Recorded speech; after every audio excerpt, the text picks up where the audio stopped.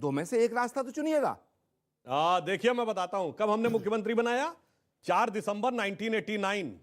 और उन्होंने अडवाणी जी की रथ यात्रा कब रोकी, जाके चेक करिएगा, 24 अक्टूबर 1990 समर्थन वापस। गोली चलवाई 30 अक्टूबर 1990 से ज्यादा 2 नवंबर 1990। और हमने समर्थन मुलायम सिंह यादव ने चलाई। तो उसी बचाया किसने? आपने बचाया। अगर वो मुख्यमंत्री नहीं बनते, हमने तो विड्रॉ कर दिया, वो आपत्ति आ गए। कार सेवकों की हत्या नहीं होती जनाब आपकी अगर वो मुख्यमंत्री नहीं बनते। सुनिए जनाब, अगर वो मुख्यमंत्री हट गए, गिर गए थे, आपने बचाया समर्थन देके, आपने बचाया समर्थन देके। क्या बात कर रहे हैं?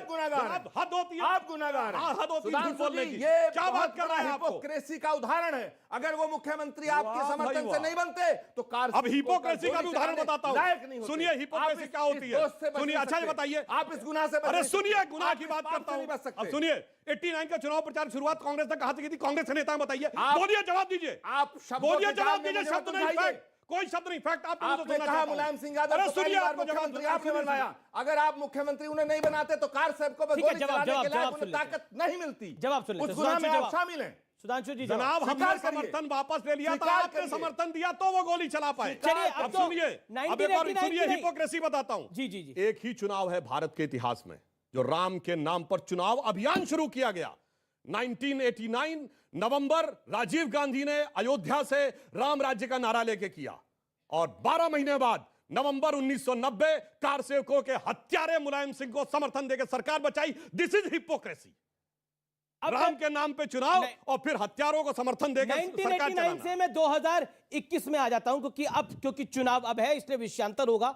यानी मुलायम सिंह यादव ने तब क्या किया, तब मुलायम सिंह यादव थे, अब उनके सपुत्र अखिलेश यादव है। यानी काफी समय उसमें निकल चुका है, यानी गंगा में पानी बड़ा बह चुका है, ऐसा कहा जा सकता है।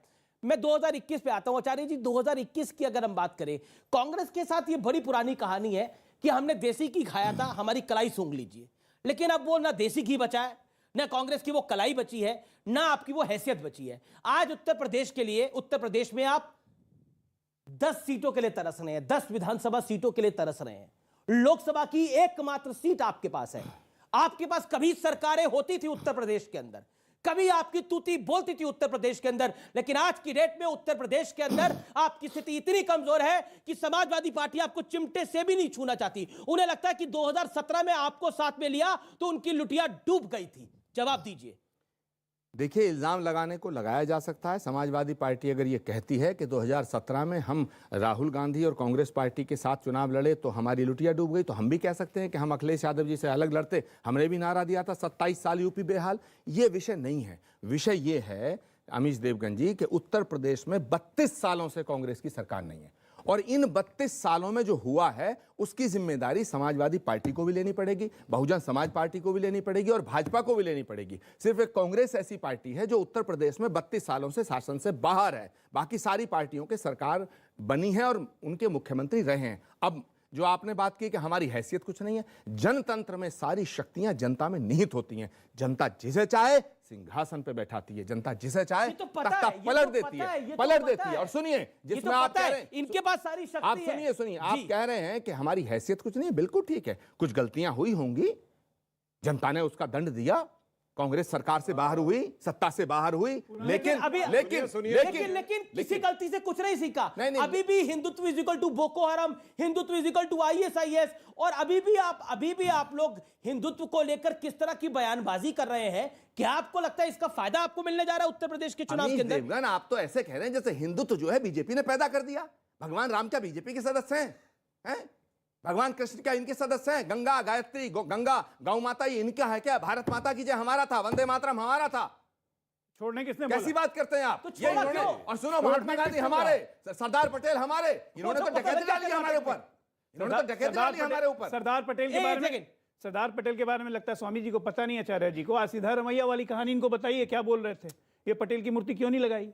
अच्छा रख दो, पटेल को भी रख दो। सरदार पटेल पे ये तो पटेल की भक्ति हुआ कर्नाटक के अंदर हुआ है, ये पटेल की भक्ति है, कर्नाटक के अंदर हुआ है कि पटेल की मूर्ति क्यों नहीं रखी? बोला हमारे यहाँ तो परंपरा ही नहीं है पटेल की मूर्ति रखने का। एक गाना था हमेश, वतन की राह पे चल चला है मेरा नौजवान, तो पतन की राह पे चल चली है मेरी कांग्रेस, कोई कुछ नहीं रोक सकता है। इनको शत्रुओं की जरूरत ही नहीं है भाई, सबसे बड़े तो घर में बैठे हुए राहुल गांधी। आपको लगता है मोदी और योगी फैक्टर होगा उत्तर प्रदेश के अंदर? 100% है जी। एक तरफा चुनाव है जी, एक तरफा चुनाव है। इनसे कहो।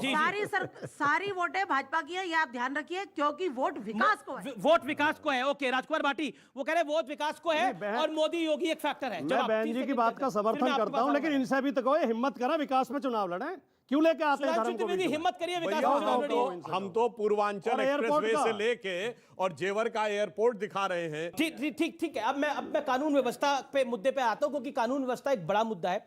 देखिए, गोरखपुर की जो घटना हुई है उसके ऊपर मैंने मुख्यमंत्री से भी सवाल पूछा, तब मैंने उनका साक्षात्कार किया।